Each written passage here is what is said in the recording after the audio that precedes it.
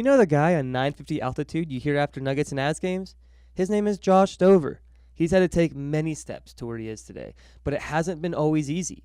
Here's how he made it into the radio industry and how he has managed to maintain his success. Steps are a lot. It's a lot of work. It's bad shifts, it's weekend shifts, it's night shifts. It's not a full-time job to start. It's working radio and working a regular job or a real job, whatever it is that you do.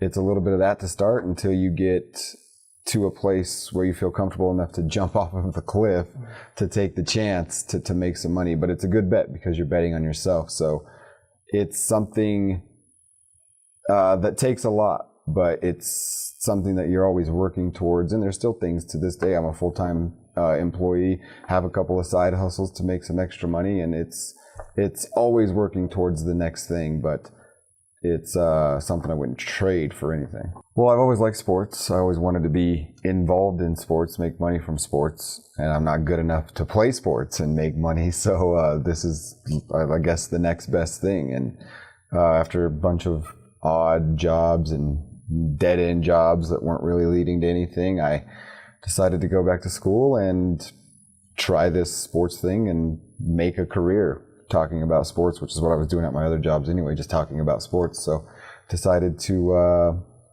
go back to school, try the whole radio thing, wanted to do play-by-play work, would still love to do play-by-play work, but this is a dream. It's something I always wanted to do, and just I think not being the guy that can play sports for a living but can talk about sports for a living, it was always the next best thing. Josh has had to take many steps, but attending Colorado Media School might have been his best one. So many opportunities. They've given me the chance to do what I do now, which is talk about sports for a living. I say I haven't had a real job in 12 years, or since 2012. And they've given me the opportunity to do sports talk with an internship, and then from there you got to work hard. You have to prove yourself. You have to prove that you actually want to do this and adapt to the lifestyle that it takes. And they open the doors for you. You have to walk through them and burst through them if you get the opportunity. And they've given me that chance. They've also given me the chance to stay in Colorado with working at the school, instructing at the school, and helping out with the station downstairs. Social media has become a huge part of society these days, but can it help you build a solid foundation for yourself in the radio industry? I think social media helps in a way. It gives you a voice if you're not necessarily on a mic every single day.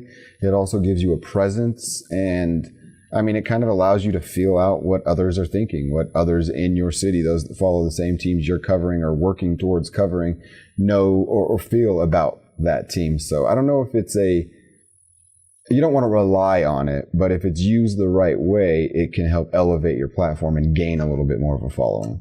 Working in the radio industry definitely comes with some perks. Well, I'm a basketball guy, so I'm from Indiana, and it's kind of religion where we're from.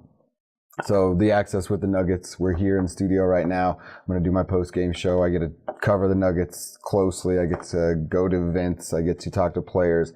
I get to interview coaches. We get a little inside access to the team. Working at altitude is we're owned by the same dude and Stan and Josh Kroenke. So my favorite part is probably the basketball access that I get. After watching Nuggets games time and time again, you start to develop favorite players. Who's Josh's favorite player, you might ask? That's a good question. It's probably Gary Harris. I feel like that's a getaway. That's the low-hanging fruit, but he's just so good at everything. And his little one-hand palms to keep the ball away from defenders, I think, is just beautiful. So I will say Gary Harris. Plus, he was Mr. Indiana in basketball, so I got to go with Gary. Outside of radio, everyone has a hobby. And for Josh, it's definitely collecting sneakers. You guys were asking, so I counted on the way in, and I have my closet is like a little walk-in thing that's a hallway to the restroom. So the floor on the closet all the way to the restroom is shoes that I'll currently wear, like they're in the rotation. And then above is the shoes that I probably won't wear anymore, or some, like 2 or 3 pairs that I've just never worn. And I won't ever wear. They should never touch concrete. It's like a sin if they do. But I probably have like 12 or 13 in the rotation, just tennis shoes and then a couple boots and stuff.